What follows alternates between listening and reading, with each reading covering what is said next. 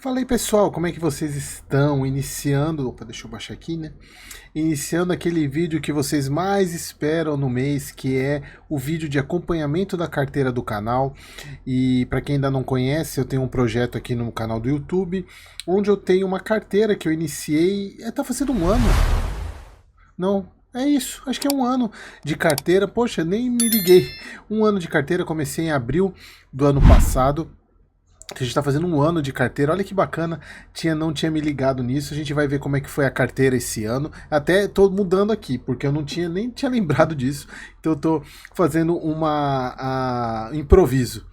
Mas vamos lá, e como é que funciona esses vídeos que eu trago para vocês? Primeiro eu faço um resumo de algumas notícias que eu achei interessante do mês, e depois eu vou para a carteira, mostro as movimentações que eu tive esse mês, como é que ela tá, a parte de proporção, e aí quando a gente estiver chegando na carteira, para quem ainda não viu nenhum vídeo, eu explico quais são as premissas dessa carteira, beleza? Então vamos lá pessoal, primeiro ponto que eu queria trazer para vocês é que, infelizmente, nós tivemos esse mês de abril agora essa mudança basicamente mudança do arcabouço fiscal que foi aprovada há uns 6 ou 7 meses atrás, e teve essa mudança que o Haddad ele estima agora que não teremos mais superávit em 2025 e sim déficit zero, ou seja, não teremos mais crescimento da balança e sim empatar no 0 a 0. O que isso é terrível para a economia, para a economia que eu digo, para o país, não somente a questão de fato da gente não ter superávit, mas também mostrando alguns sinais para o mercado, não somente o mercado interno, como o mercado externo. O primeiro deles é a questão de que a preocupação com o gasto não mudou, ele continua zero, continua praticamente zero, porque até então, não sei se vocês lembram para quem assistiu os vídeos anteriores, agora não lembro, inclusive tem um vídeo que eu falo do arcabouço, que a ideia da meta fiscal do Brasil não era reduzir despesa, era ter o superávit, você subindo a arrecadação e, consequentemente, subindo as despesas, desde que a arrecadação ficasse acima. Então não importa o quanto que o governo gastasse, se ele conseguisse arrecadar mais, tudo bem. E como é que é essa arrecadação? Imposto.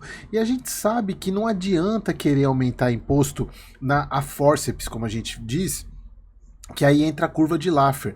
Inclusive teve até um dos vídeos do acompanhamento da carteira que eu falei sobre a curva de Laffer, que chega um momento que não adianta mais querer levar imposto porque não vai conseguir arrecadar.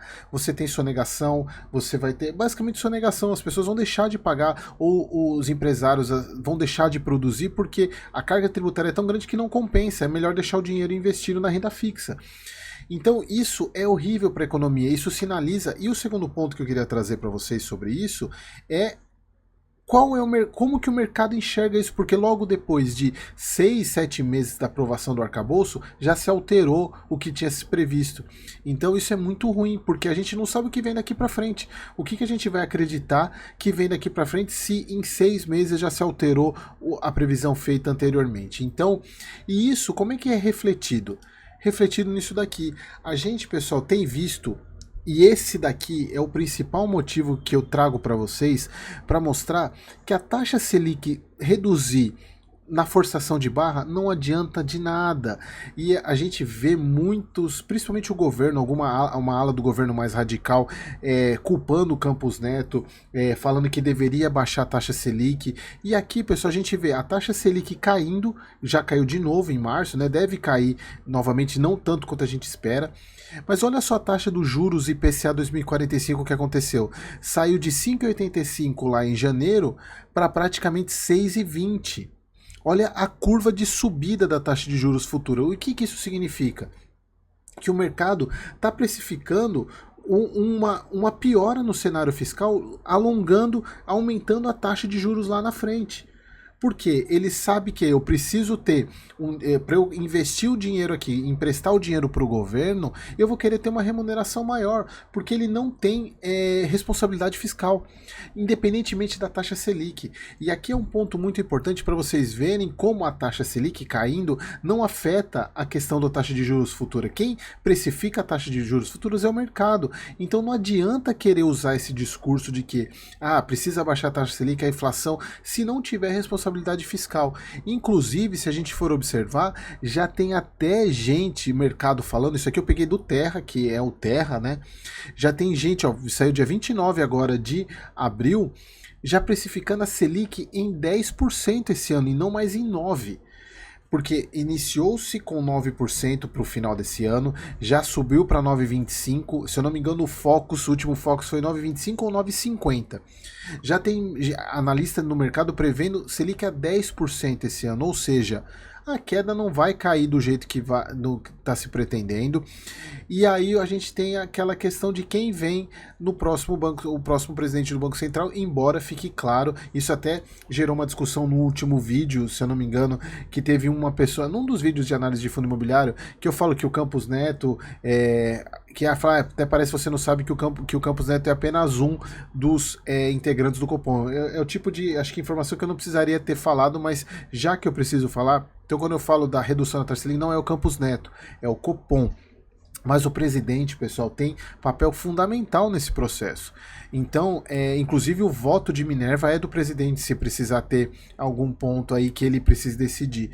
Então, o que eu quero mostrar aqui é que a Selic já não está precificada mais em 9, e sim mais de 9, 9,25, 9,50. Acredito que 10% seja exagerado, mas olha só em que ponto a gente chegou.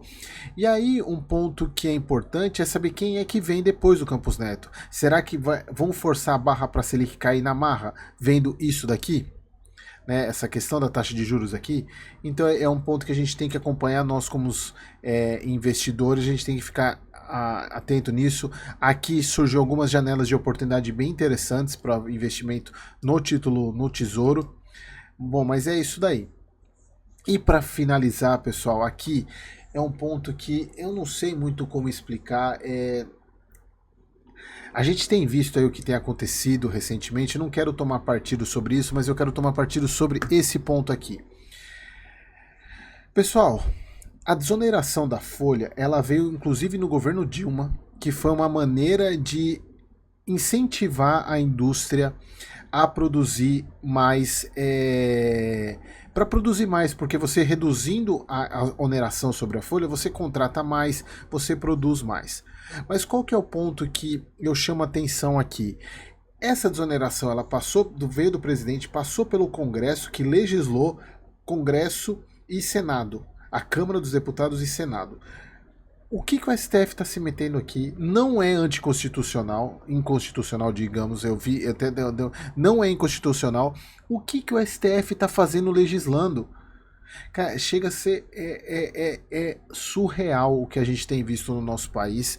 Por mais que eu acredite e tenha grande parte dos meus investimentos aqui, eu recomendo que todos, mas todos mesmo, tenham uma parte do capital fora, porque a gente está submetido a eu não quero usar alguns termos porque como o meu canal é público, meus vídeos são públicos, eu fico até com medo de represária. Mas assim, pessoal, a gente chegou num ponto que é inadmissível. Imagina você, empresário, você monta o seu planejamento para o ano, contando com tantas contratações, com os negócios que você vai ter, chega de repente 5, 6 pessoas que nunca trabalharam na vida, que eu digo, não trabalharam o que eles trabalham, né? Nunca tiveram uma empresa na vida, não sabem o que é contratar um funcionário, porque todos os assessores ali são pagos do dinheiro do Estado, não fazem a menor ideia de como gerir uma empresa, fazer um negócio desse. Então, pessoal, assim, é terrível, Inclusive, a gente até vendo aqui, o relator da ação do ministro Cristiano Zanin defendeu a manutenção da sua decisão liminar, que atende parte dos pedidos feitos pelo governo do Lula. Exatamente, pessoal, porque terminando a desoneração é imposto entrando nos cofres públicos. Só que eles esquecem que isso vai gerar desemprego, porque as empresas contratam as pessoas com base nessa. Um dos pontos é a desoneração. Onerando a folha, O empresário não tem de onde tirar dinheiro. O que ele vai fazer? Vai demitir. Então, assim, gente, até eu fico desanimado com algumas coisas, mas voltando, tenha uma parte do seu capital no exterior. Inclusive eu tenho um curso aqui, na verdade ele é módulo bônus do meu treinamento, da minha mentoria, que foi os alunos da primeira turma que pediram um conteúdo sobre isso. Eu criei um módulo com 10 aulas, tá fantástico, o curso ficou tão bom que eu decidi vender ele separadamente. O link está aqui embaixo na descrição.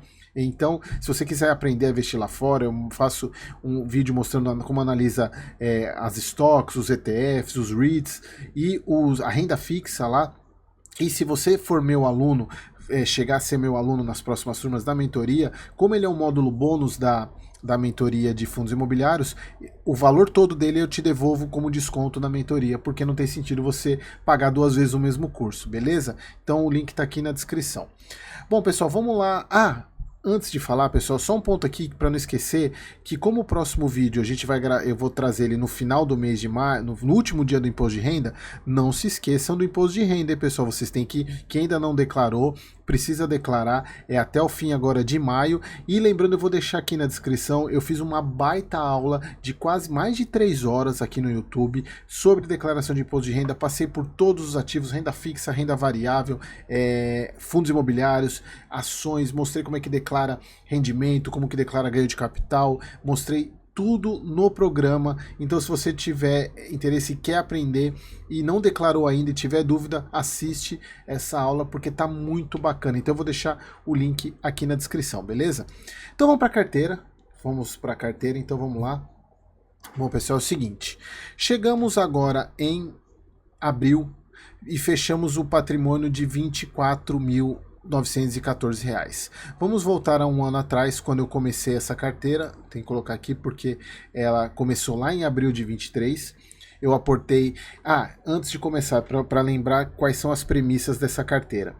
Essa carteira, pessoal, eu tenho algumas premissas. Primeiro, é uma carteira voltada para aposentadoria. Na verdade, nem mais é para aposentadoria. Eu vou passar essa carteira para minha filha quando ela tiver entre 18 e 20 anos. E hoje ela tem mais ou menos 7, então daqui uns 15 anos. E aí, na primeira, se eu não me engano, acho que no primeiro vídeo, foi abril ou foi maio, eu fiz umas contas mostrando o quanto que eu precisaria investir para chegar a R$1 milhão em 15 a 20 anos, se não me engano 18 anos. Então o investimento que eu faço todos os meses é de R$1.500. Isso religiosamente já há um ano R$1.500. Porém, se vocês observarem aqui, alguns meses passou de R$1.500. Teve mês, por exemplo, em março, foi 1.911. Por quê? Foi R$1.500 de dinheiro novo, mais os dividendos, porque os dividendos estão todos sendo reinvestidos na carteira. E outra premissa que eu tenho, 60% da carteira em fundos imobiliários, 30% em ações pagadoras de dividendos e 10% em renda fixa. E essa renda fixa, ou Tesouro Selic ou Tesouro IPCA, para poder ter alguma marcação a mercado aí. Mas é basicamente para a caixa da carteira. Então é essa a estratégia da carteira. Então, como vocês podem ver hoje, estou com 10,29 de alocação de renda fixa, está muito próximo ao que eu quero. Ações está um pouquinho acima, 31%, e fundos imobiliários 58,59 é o que está abaixo, mas está muito próximo da alocação ideal, que é 60, 30, 10, beleza? Então o patrimônio hoje ele está em 24 mil, quase 25 mil, e aplicado 23.799, teve uma pequena valorização. Aqui não estão incluídos os rendimentos, tá, pessoal? A gente vai ver o rendimento aqui da carteira desde o início, 24% de retorno. Aqui deu um pequeno erro, até pedi para eles consertarem, porque eles pararam de acompanhar aqui em algum momento, mas é bom de comparar com o CDI, que o CDI desde o início da monitoramento da carteira, 12%, e a carteira 24%, ou seja, a carteira está o dobro de retorno. Aqui a gente está falando de rendimento também, tá? Aqui de variação percentual é apenas cotação dos ativos, beleza? Bom, então em ações estou com 7.754, fundos imobiliários 14.597, renda fixa 2.005. 563. Pessoal, aqui um ponto, hoje eu não vou mostrar no Invest, porque normalmente eu mostro, até para dizer que eu não criei aqui nesse gerenciador e tem lá o dinheiro, só que como a No Invest está num processo de migração, o aplicativo está horrível, então mês que vem eu já volto a mostrar, mas se vocês tiverem curiosidade, voltem no vídeo anterior que eu mostrei a No Invest, tá? Então essas são as ações que eu tenho hoje.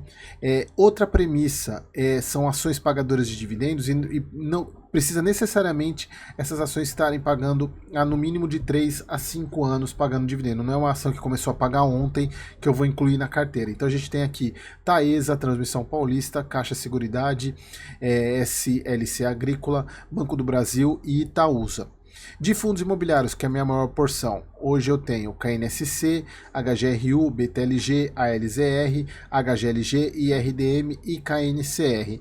Outra premissa importante, nenhum ativo pode passar de 10% do total da carteira. Isso é um gerenciamento de risco que eu faço. Então, se vocês observarem aqui, todos os fundos estão dentro dos 10%, vamos pegar a ação para a gente ver direitinho.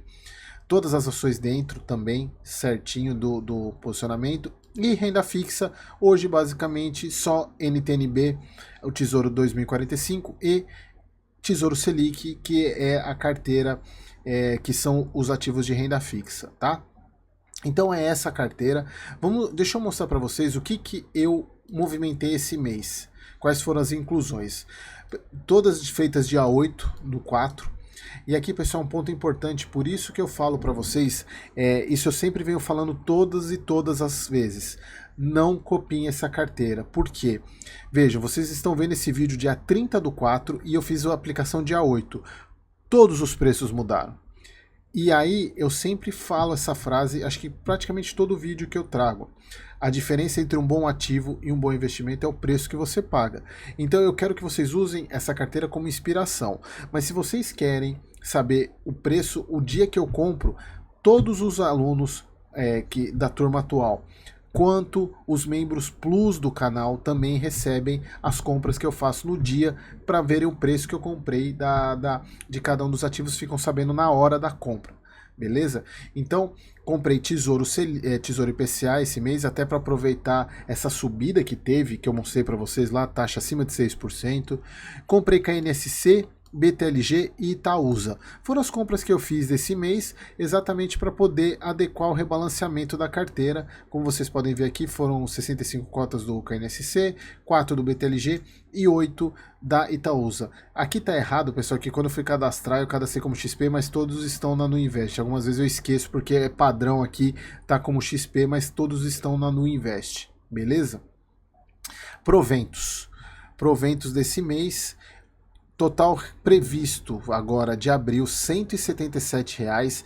A média vem aumentando mês a mês. Se vocês pegarem aqui, lá em abril, 13, 28, 38. Olha a evolução, pessoal. A gente saiu de 13,71 para 177. Então aumentou praticamente mais de 10 vezes os dividendos. Olha que legal, pessoal. Assim, para vocês verem como dá para fazer. Obviamente não é todo mundo que tem R$ 1.500 para fazer todos os meses, mas assim, independentemente do valor, você poderia também, se você tivesse começado ano passado, você poderia estar recebendo 10 vezes mais já esse ano, mantendo regularidade. Então isso que é o que importa, é que nitidamente a gente vê a curvinha, a reta de crescimento, né? Então, ó, já recebi 1.124, aqui eles colocam total recebido porque ainda falta uma parte para entrar, né? Falta essa parte de total previsto entrar para o total recebido aqui, para poder incluir e virar 1.194,26 aqui. É só somar 80 com 46, dá os 26 aqui. Então é somar esse com esse, dá... Então o total da carteira, é porque como não fechou o mês ainda, então eles colocam aqui, mas assim que mudar já fica igual esse valor.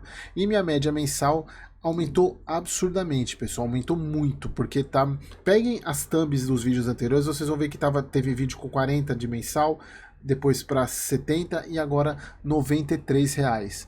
E aqui a gente vê nitidamente que quem paga mais os dividendos são os fundos imobiliários. De vez em quando a gente tem alguns meses maiores assim, é porque veio pagamento de ação, beleza, pessoal? Então é isso, assim, eu quero que vocês usem essa carteira como inspiração para vocês. E se vocês tiverem interesse, obviamente, em saber as compras, sejam meu aluno ou entrem no Membro Plus, que eu passo para vocês tudo isso direitinho, tá bom? Pessoal, espero que vocês tenham gostado. É o vídeo que entra na capa do canal, que é o acompanhamento da carteira. E espero vocês no próximo vídeo.